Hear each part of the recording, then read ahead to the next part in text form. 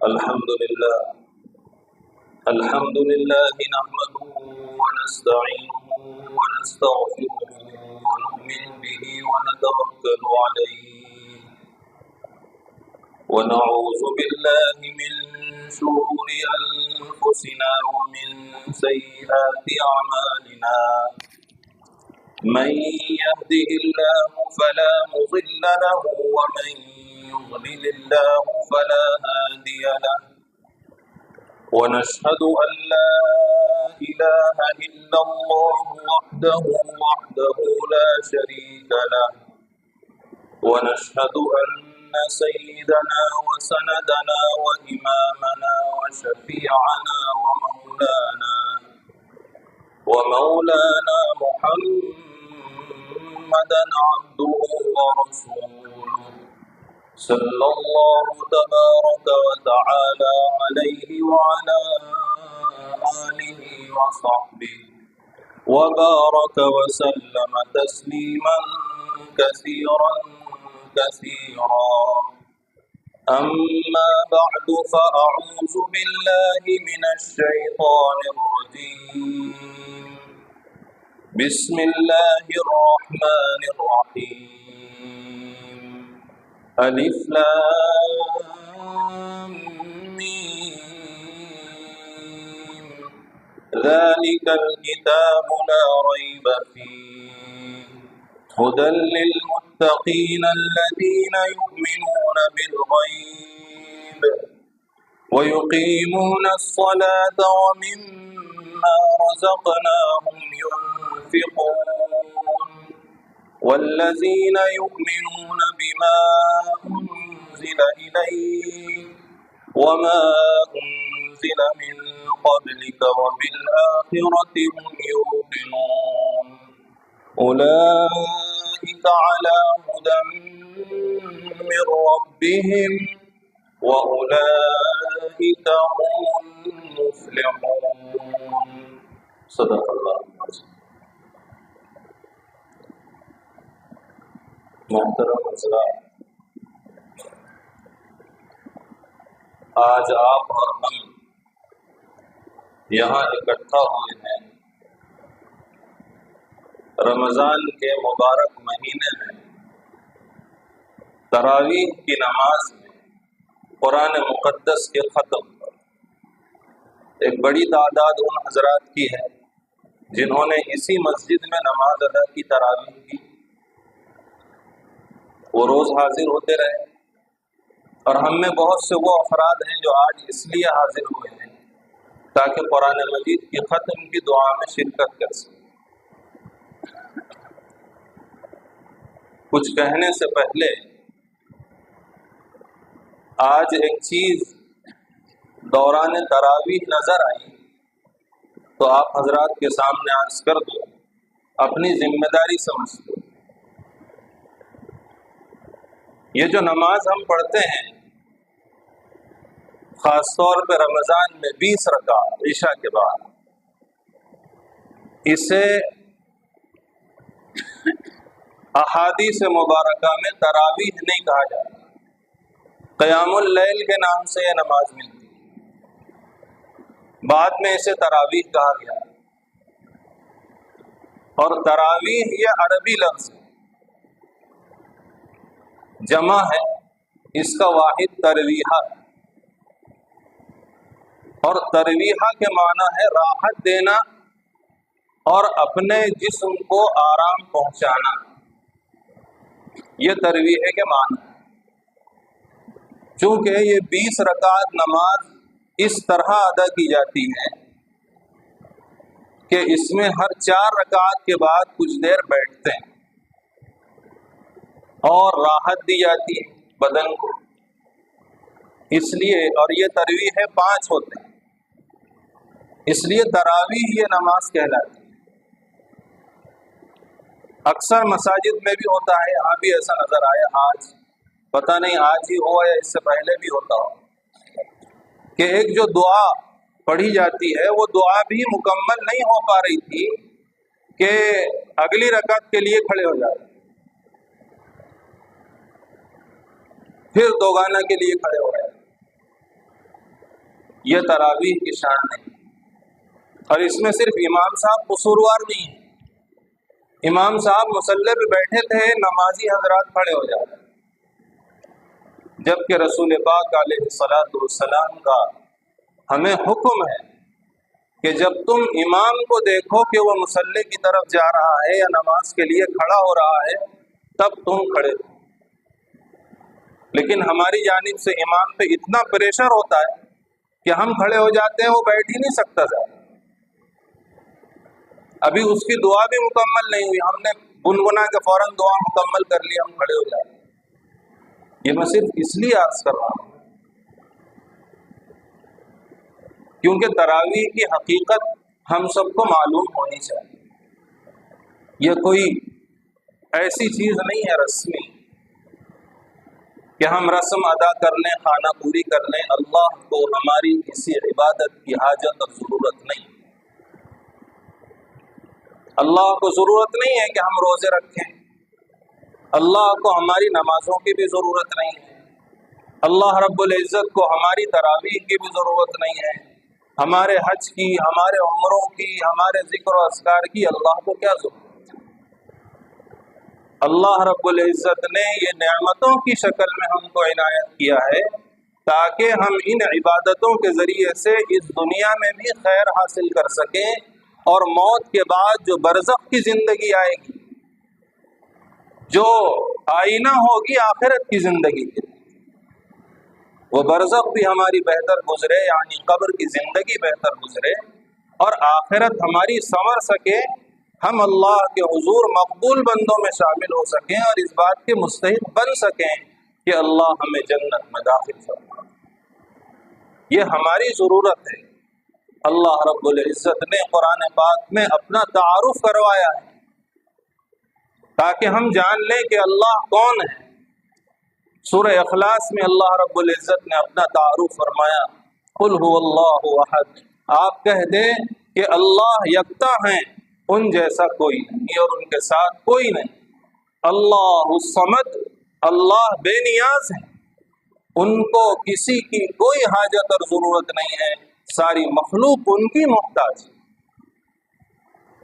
ہم عبادتیں انجام دیتے ہیں اس لیے نہیں کہ اللہ کی شان میں اضافہ ہو جائے، ہم روزے اس لیے نہیں رکھتے کہ اللہ رب العزت کا حکم ہم بجا لائیں گے تو اللہ کی عظمت اور بزرگی میں اضافہ ہو جائے۔ ساری دنیا کے مسلمان، اور صرف مسلمان نہیں بلکہ جتنے انسان ہیں وہ سب، اور جو زندہ ہیں وہی نہیں بلکہ اولین اور صبح قیامت تک آنے والے سب کے سب مل کر اگر اللہ کی عبادت کر لیں، اللہ کی بڑائی بیان کر لیں، اللہ کی ذات پر ایمان لے آئیں تو اللہ کی عظمت میں، کبریائی میں، بڑائی میں رتی برابر اضافہ نہیں ہونے والا ہے۔ اور سارے انسان اور جاندار مل کر اگر اللہ کی نافرمانی پر اتر آئے تو اللہ کی شان اور اللہ کی بزرگی میں رتی برابر کمی نہیں ہونے والی۔ اس لیے اس بات کو سمجھیں کہ ہماری عبادتیں ہماری نجات کے لیے ہیں، ہماری یہ عبادتیں آخرت میں ہمیں نجات دلائیں گی اور اللہ رب العزت کے حضور میں ہمارے لیے سفارشی بنیں۔ اسی لیے تو پیغمبر علیہ الصلاۃ والسلام نے فرمایا کہ بہت سی نمازیں ایسی ہیں کہ اللہ کے حضور پیش کی جاتی ہیں اور ایک گندے کپڑے میں لپیٹ کر دوبارہ ان نمازیوں کے منہ پر پھینک دی ماری جاتی ہے، قبولیت کے لائق ہی نہیں ہوتی، کیونکہ اس میں نماز کے آداب کی رعایت ہی نہیں کی۔ اس لیے عبادتوں میں اس چیز کو ہمیں خاص طور پر پیش نظر رکھنا چاہیے کہ ہم اللہ کی عبادت اس لیے کر رہے ہیں تاکہ یہ عبادت اللہ کے حضور قابل قبول بن سکے۔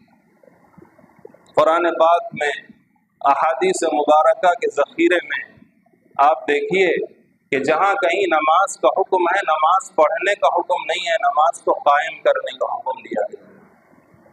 نماز اسلام کی سب سے اہم ترین عبادت ہے اور اللہ نے اقامت صلاۃ کا حکم دیا ہے، اور اقامت صلاۃ کا مطلب ہوتا ہے کہ نماز کو اس کے تمام آداب کی رعایت کے ساتھ ادا کیا جائے۔ سنن اور مستحبات کی رعایت کے ساتھ ادا کیا جائے، واجبات کی، شرائط کی، فرائض کی رعایت کے ساتھ نماز ادا کی جائے، یہ اقامت صلاۃ ہے۔ ہم کو اقامت صلاۃ کا اللہ رب العزت کی جانب سے حکم ہے، ہمیں اقامت صلاۃ کی رسول پاک علیہ الصلاۃ والسلام نے تربیت دی ہے، نماز پڑھ لینے کی نہیں۔ قیامت کے روز سب سے پہلے جس چیز کا عبادات میں اللہ رب العزت ہم سے سوال فرمائیں گے وہ نماز۔ سب سے پہلا سوال، اول ما يحاسب به العبد يوم القیامہ الصلاۃ۔ یہ کلمات خاتم النبیین والمرسلین صلی اللہ علیہ وسلم کی زبان اقدس سے نکلے ہوئے کلمات۔ فرمایا کہ بندے سے قیامت کے دن سب سے پہلے جس چیز کا سوال کیا جائے گا وہ اس کی نماز، جو اتنی اہم عبادت ہے کہ سب سے پہلے ہم سے اسی عبادت کا سوال ہوگا۔ اس عبادت میں ہمارے ہاں اتنی کوتاہی تو بقیہ عبادتوں کا کیا حال؟ اللہ رب العزت اس کہنے والے کو بھی توفیق دے کہ اپنی نمازوں کی اصلاح رکھے، اور ہم تمام کو اللہ نمازوں کی اصلاح کی توفیق فراہم کرے۔ آج تراویح میں قرآن پاک کا ختم ہوا، اور ہم دیکھتے ہیں کہ جب بھی رمضان کا یہ محترم مہینہ آتا ہے تو تمام امت، یا یوں کہہ لیجئے کہ امت کے وہ تمام افراد جن کو اللہ کی جانب سے توفیق میسر ہوتی ہے، وہ روزوں کی طرف بھی متوجہ ہوتے ہیں اور قرآن مقدس کی تلاوت کی طرف بھی متوجہ ہوتے ہیں۔ تراویح میں قرآن پاک سنا جاتا ہے، پڑھا جاتا ہے، سنایا جاتا ہے، اور قرآن مقدس کی تلاوت کی کثرت ہوتی ہے۔ یہ اس وجہ سے ہے کہ رمضان اور قرآن کے درمیان خاص مناسبت ہے، تعلق۔ اسلامی مہینوں میں سب سے محترم اور سب سے محتم بالشان مہینہ رمضان المبارک کا مہینہ ہے، اور کلاموں میں سب سے محترم کلام، سب سے شاندار کلام اللہ کا کلام ہے، اس سے بڑا کوئی کلام نہیں۔ تو اللہ رب العزت نے سب سے محترم مہینے کا انتخاب فرمایا اپنے عالی شان کلام کے نزول کے لیے۔ قرآن مقدس کا نزول رمضان المبارک میں ہوا۔ قرآن سے پہلے جو آسمانی کتابیں اتری، روایات میں آتا ہے کہ اللہ رب العزت نے ان آسمانی کتابوں کے نزول کے لیے بھی رمضان کا ہی انتخاب کیا۔ جیسے ہم روزے رکھتے ہیں، پچھلی قومیں بھی روزے رکھتی تھیں، یہود و نصارہ بھی روزے رکھا کرتے تھے۔ نوعیتیں مختلف ہو سکتی ہیں لیکن روزے ان پر بھی فرض۔ اللہ نے چونکہ قرآن مقدس کو دیگر تمام کلاموں پر شان اور فوقیت اور عظمت حاصل ہے، اس لیے اللہ نے رمضان کا انتخاب فرمایا عالی شان قرآن کو نازل کرنے کے لیے۔ اور رمضان المبارک میں بھی لیلۃ القدر کا انتخاب فرمایا، جو رات ایک رات 1000 مہینوں سے بہتر ہے، جس کا مطلب یہ ہے کہ یہ ایک رات ایسی ہے کہ اس ایک رات میں غروب شمس سے لے کر طلوع فجر تک جو کوئی عبادت کی جائے گی، جو ذکر کیا جائے گا، جو تلاوت کی جائے گی، اس کا ثواب اتنا ملے گا جتنا 1000 برس سے زائد، 1000 مہینوں سے زائد، 1000 مہینوں سے زائد مسلسل عبادت کرنے کا ثواب ہوتا ہے۔ اس سے زائد ثواب ہوگا، اور زائد کتنا ہوگا اللہ رب العزت نے اس کی کوئی حد متعین نہیں فرمائی، وہ اضافہ ہوتا ہی چلا جائے گا، اخلاص کے اعتبار سے، نیتوں کے اعتبار سے، دل کی صفائی کے اعتبار سے، اللہ کی رضا کی امید اور طلب کے اعتبار سے۔ تو رمضان کے ساتھ قرآن مقدس کی خصوصی نسبت ہے۔ اس قرآن پاک کا تعارف کراتے ہوئے سورہ فاتحہ کے بعد سب سے پہلی سورہ سورہ بقرہ میں اللہ رب العزت نے ابتدائی آیات میں اس کا مختصر تعارف بھی ذکر فرمایا۔ الف لام میم، یہ 3 حروف ہیں، اور اس طرح کے حروف مختلف قرآن کی سورتوں کے شروع میں آئے ہیں۔ انہیں حروف مقطعات کہتے ہیں۔ یہ ایسے حروف ہیں جن کے حقیقی معنی اللہ رب العزت کے سوا کوئی نہیں جانتا۔ قرآن پاک کی ابتدا ہو رہی ہے اور ابتدا اللہ رب العزت ان حروف سے فرما رہے ہیں جن حروف کا علم مخلوق اور امت میں کسی کو بھی نہیں ہے سوائے اللہ، اور ان حروف کے کیا معنی ہے اللہ رب العزت آخرت میں بتلائیں گے انشاءاللہ۔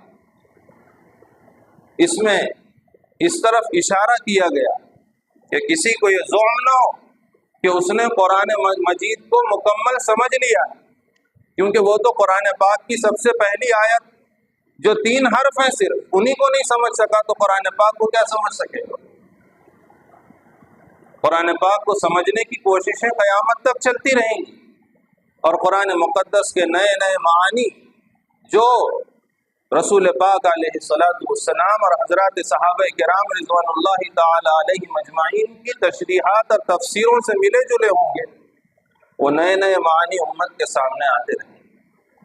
آگے فرمایا ذالک الکتاب لا ریب فیہ، کہ قرآن وہ کتاب ہے کہ جس کے اللہ کا کلام ہونے میں کوئی شک نہیں، جس کا رہنما اور ہدایت اور رہبر ہونے میں کوئی شک اور شبہ نہیں۔ ھدی للمتقین، اس کلام کو اللہ نے کیوں نازل فرمایا ہے، اس کو ذکر فرمایا کہ قرآن پرہیزگاروں کے لیے ہدایت تھا۔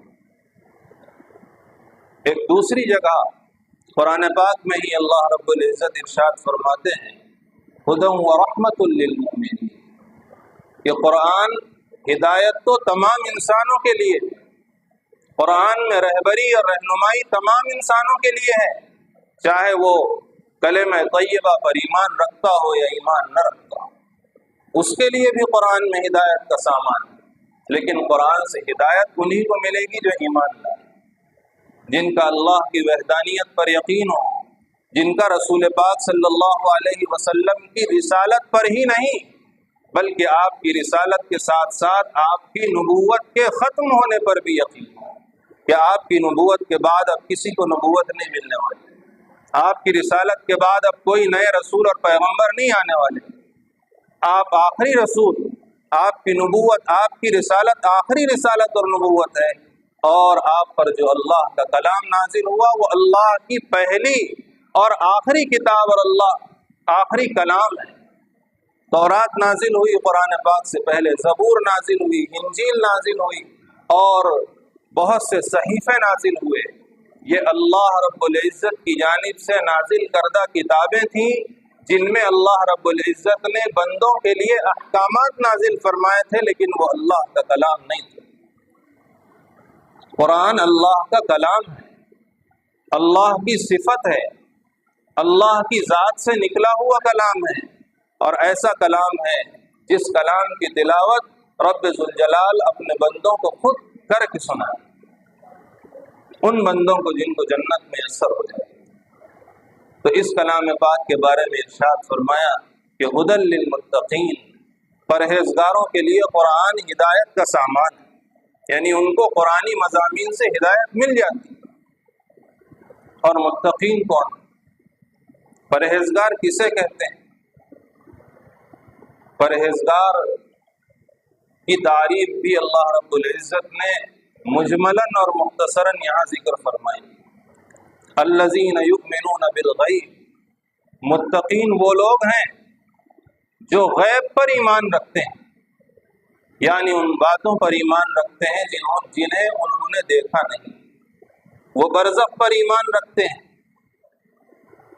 وہ موت کے بعد کے حالات پر ایمان رکھتے ہیں، وہ جنت پر ایمان رکھتے ہیں، وہ دوزخ پر ایمان رکھتے ہیں، وہ اللہ کی ذات پر ایمان رکھتے ہیں حالانکہ اللہ کو انہوں نے دیکھا نہیں، وہ اللہ کے فرشتوں پر ایمان رکھتے ہیں، وہ قیامت کے دن پر ایمان رکھتے ہیں، وہ اچھی اور بری تقدیر پر ایمان رکھتے ہیں، وہ جزا اور سزا پہ ایمان رکھتے ہیں، وہ حشر اور نشر پہ ایمان رکھتے ہیں۔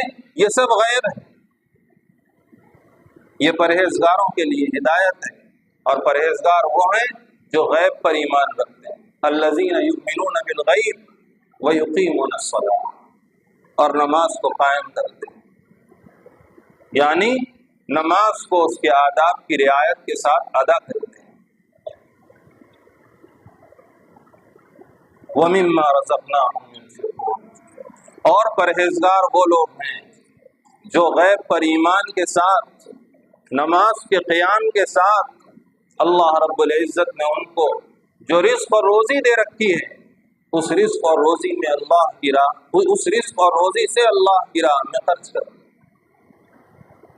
ہمیں خام خیالی ہوتی کہ اگر ہمارے پاس دولت ہے، اگر ہمارے پاس ثروت ہے، اگر ہمارے پاس دنیا کا جاہ و جلال ہے، تو ہم یہ سمجھتے ہیں کہ یہ میرے زور بازو کا کمال ہے، ہم نے کما لیا، ہماری عقل مندی، ہماری دانش مندی، ہماری چالاکی، ہم نے اپنی قدرت سے اور اپنی طاقت سے کمایا، حالانکہ ایک چونی بھی ہماری قدرت سے نہیں ہے، اللہ کا عطیہ ہے، اللہ کی نعمت ہے، اللہ رب العزت نے عطا فرمایا ہے۔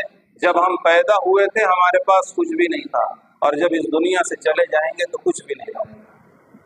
اگر ہمارا ہوتا تو یہ موت کے بعد بھی ہمارے کام آتا تھا، اگر ہمارا ہوتا تو برزخ میں بھی کام آ جاتا تھا، اگر مال یہ ہماری کمائی اور ہمارا کمال ہوتا تو جب حساب اور کتاب ہو رہا ہوتا تو وہاں بھی ہم کچھ پیسے دے کر اللہ کے حضور سے بچ کر نکل جاتے تھے۔ لیکن نبی پاک علیہ الصلوۃ والسلام نے کیا ارشاد فرمایا؟ آپ فرماتے ہیں کہ لا تزال قدم ابن آدم یوم القیامت من عند ربہ حتی یسأل عن خمس، کہ ابن آدم کی اولاد کے قدم اس کے پاک پروردگار کے سامنے سے قیامت کے دن جنبش بھی نہیں کر سکیں گے، ہل بھی نہیں سکیں گے، جب تک کہ اس سے 5 چیزوں کا سوال نہ کر لیا جائے۔ عن عمرہ فیما افناہ، وعن شبابہ فیما ابلاہ، وعن مالہ من این اکتسب وفیما انفق، وعن علمہ بما علم فیما عمل، او کما قال علیہ الصلوۃ والسلام۔ آپ فرماتے ہیں کہ جب تک 5 چیزوں کے بارے میں میدان محشر میں اللہ رب العزت کے سوالات کے جوابات نہ دے دے گا بندہ، اس وقت تک وہ اپنی جگہ سے جنبش بھی نہیں کر سکے گا۔ اور وہ 5 چیزیں کیا ہیں؟ سب سے پہلی چیز ہے اس کی زندگی۔ اللہ رب العزت پوچھیں گے کہ زندگی ہم نے تم کو دی تھی، تم نے ہماری دی ہوئی زندگی کو کس چیز میں صرف کیا ہے؟ ہماری فرما برداری میں کیا ہے یا ہماری نافرمانی میں کیا ہے؟ ہمارے احکامات پر عمل کر کے کیا ہے یا ہمارے احکامات کو توڑ کر کیا ہے؟ تم نے زندگی کیسی گزاری ہے؟ اس طریق پر گزاری ہے جس طریق پر گزارنے کے لیے ہم نے محمد عربی صلی اللہ علیہ وسلم کو اسوہ اور نمونہ بنا کر بھیجا تھا، یا کسی اور دوسرے کو آئیڈیل بنا کر زندگی گزاری۔ عن عمرہ فیما افناہ، وعن شبابہ فیما ابلاہ، فرمائیں گے جوانی دی تھی، جوانی کی استعداد، طاقتیں، قوتیں، صلاحیتیں عطا کر رکھی تھیں، تم نے اپنی اس جوانی کو کس چیز میں گنوایا؟ جوانی کے عالم میں اعضاء و جوارح مضبوط ہوتے ہیں، طاقت ہوتی ہے، قوت ہوتی ہے، تو ہم خود کو مولائے کل سمجھتے ہیں ہر چیز طاقت کی بنیاد پر ہو جائے گی، لیکن یہ جوانی بھی تو کسی کی دی، اور قیامت کے روز اس جوانی کا سوال ہونا ہے کہ ہم نے تمہیں جو جوانی دے رکھی تھی، تم نے اس جوانی کو کس چیز میں خرچ اور صرف کیا؟ اس کے بعد فرمایا وعن مالہ من این اکتسب وفیما انفق، کہ مال کے بارے میں بھی سوال ہوگا کہ کہاں سے کمایا تھا، حلال حرام کی تمیز کی تھی یا ہر چاہے در گھسیٹ جو آیا سامنے اس کو کھینچ لیا، چاہے حلال ہو یا حرام، کوئی تمیز نہیں۔ سوال ہوگا مال کے بارے میں۔ اگر یہ مال ہماری ذاتی چیز ہے تو اللہ کیوں پوچھتے؟ ہم نے کمایا، ہم نے کھایا، جہاں سے کمایا ہم نے چاہا وہاں سے کما لیا، جہاں چاہا خرچ کر دیا، لیکن یہ ہماری چیز نہیں۔ اللہ رب العزت نے اپنے محبوب کی زبانی ہم کو اس بات کی تعلیم دی ہے کہ اس کے بارے میں سوال ہوگا آخرت میں، اس لیے اگر کما رہے ہو تو دیکھ کر کماؤ کہاں سے کما رہے ہو، اور اگر اللہ کی یہ نعمت میسر ہوئی ہے تو اس کو اپنی ذاتی جاگیر نہ سمجھ لو اور سینت کر مت رکھو، بلکہ اس کو اللہ کی راہ میں خرچ کرتے رہو۔ پیغمبر علیہ الصلوۃ والسلام نے ایک روایت میں فرمایا کہ لا حسد الا فی اثنین، حسد جائز نہیں ہے مگر دو چیزوں میں۔ حسد کسے کہتے ہیں؟ حسد کہتے ہیں جلن اور کڑھن، کسی کے پاس کوئی اچھی چیز دیکھ کر جلنا، ہم اردو میں جلنا بولتے ہیں۔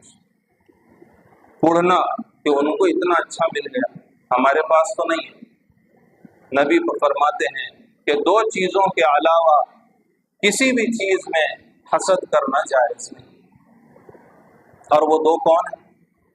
ایک وہ شخص جس کو اللہ رب العزت نے قرآن کی نعمت دی ہو اور وہ دن اور رات قرآن پاک کی تلاوت کرتا رہتا ہو، یہ شخص اس لائق ہے کہ اس پہ حسد کی جائے، یہ اس لائق ہے کہ اس پر کڑھا جائے کہ اللہ نے اتنی عظیم نعمت قرآن مقدس کی، اپنا کلام اس کو دے دیا اور اس نے اس کی قدردانی کی، اور صبح و شام قرآن پاک کی تلاوت میں لگا ہوا ہے، کاش ہم کو بھی مل جاتا، ہم بھی تلاوت کر کے زندگی بسر کریں۔ اور دوسرا وہ شخص جس کو اللہ رب العزت نے مال دے رکھا ہو اور وہ اپنا مال اپنے دونوں ہاتھوں سے اللہ کی راہ میں خرچ کرتا ہو۔ مال کی تمنا تو ہر کوئی کرتا ہے، مال کی دعا ہر کوئی کرتا ہے، لیکن وہ مال پسندیدہ ہے جس مال کا خرچ اللہ کی راہ میں ہو۔ فرمایا دوسرا وہ شخص ہے جس کے اوپر حسد جائز ہے، جس کو اللہ نے خوب مال دے رکھا ہو اور وہ اپنے مال کو اللہ کی راہ میں خرچ کرتا ہے۔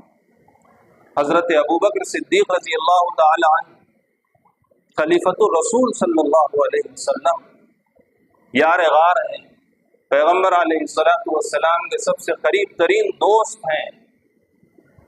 اللہ نے مکۃ المکرمہ کے مالدار ترین لوگوں میں سے انہیں فرمایا، خوب مالدار تھے، بڑے تاجر تھے۔ تجارت کرنا، مال و اسباب کو جمع کرنا کوئی بری بات نہیں، جائز طریقوں سے تجارت کریں، مال اکٹھا کریں، اللہ کی جانب سے مدد بھی ہوتی۔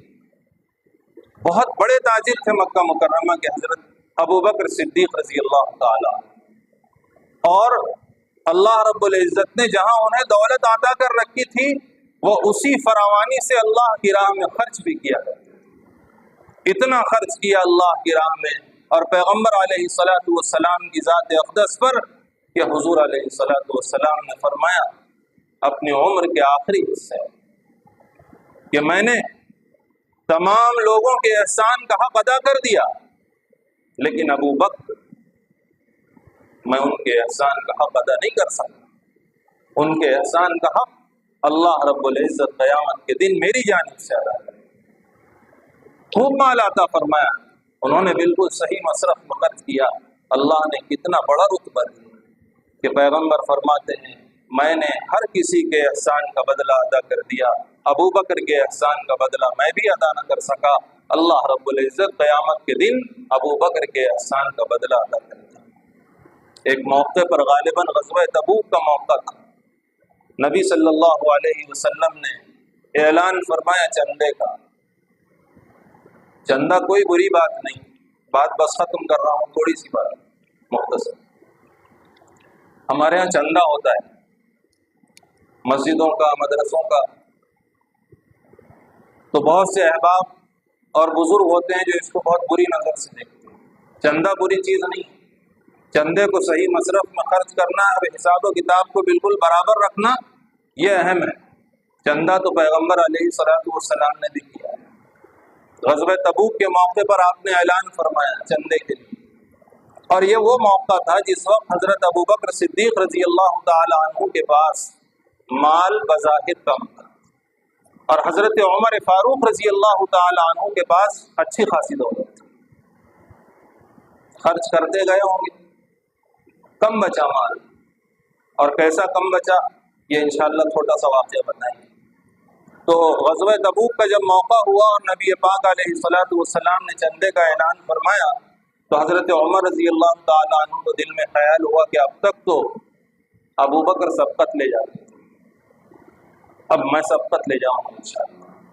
گھر تشریف لے گئے اور اپنے گھر کا سامان اکٹھا کر کے لائے اور نبی پاک علیہ السلام کی خدمت میں پیش کر دیا۔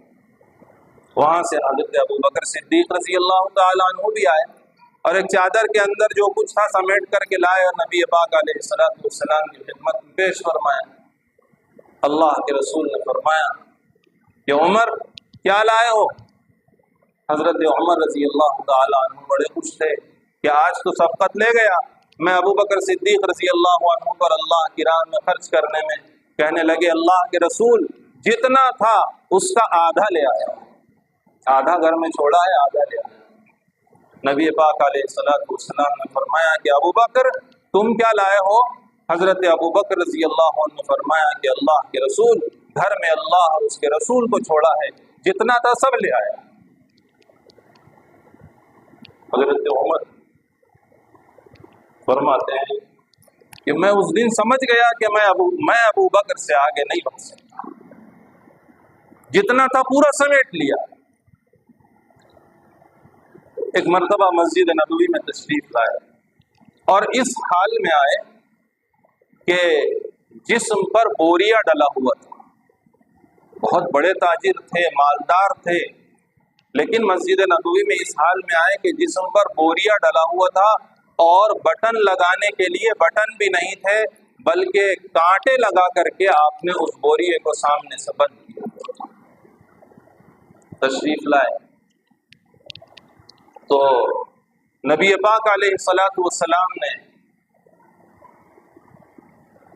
جب مسجد میں تشریف لائے تو حضرت جبرائیل علیہ السلام بھی فوراً تشریف لائے اور نبی پاک علیہ السلام سے حضرت جبرائیل علیہ السلام نے فرمایا کہ اللہ کے رسول یہ ابو بکر کو کیا ہو گیا کہ اس حال میں، یہ تو بڑے مالدار تھے، بڑے غنی تھے، بڑے تاجر تھے، آج ان کے پاس پہننے کے لیے کپڑے نہیں، بٹن لگانے کے لیے بٹن نہیں ہے، کانٹے لگا کر کے آئے ہوئے ہیں۔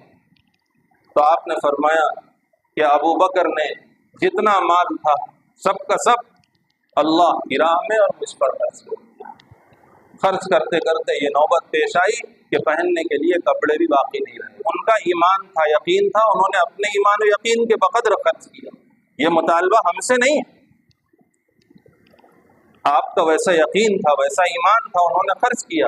حضرت جبرائیل علیہ السلام نے فرمایا کہ اللہ کے رسول اللہ رب العزت ابو بکر سے پوچھ کو سلام بھیجتے ہیں۔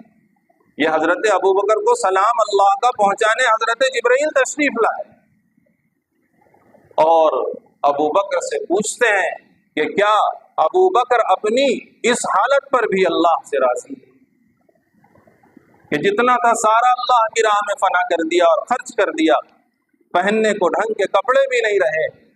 اللہ کی طرف سے ان پر سلامتی ہے، اللہ ان کو سلام بھیج رہے ہیں اور اللہ رب العزت پوچھتے ہیں کہ کیا ابو بکر اپنے اس حال پہ اللہ سے راضی؟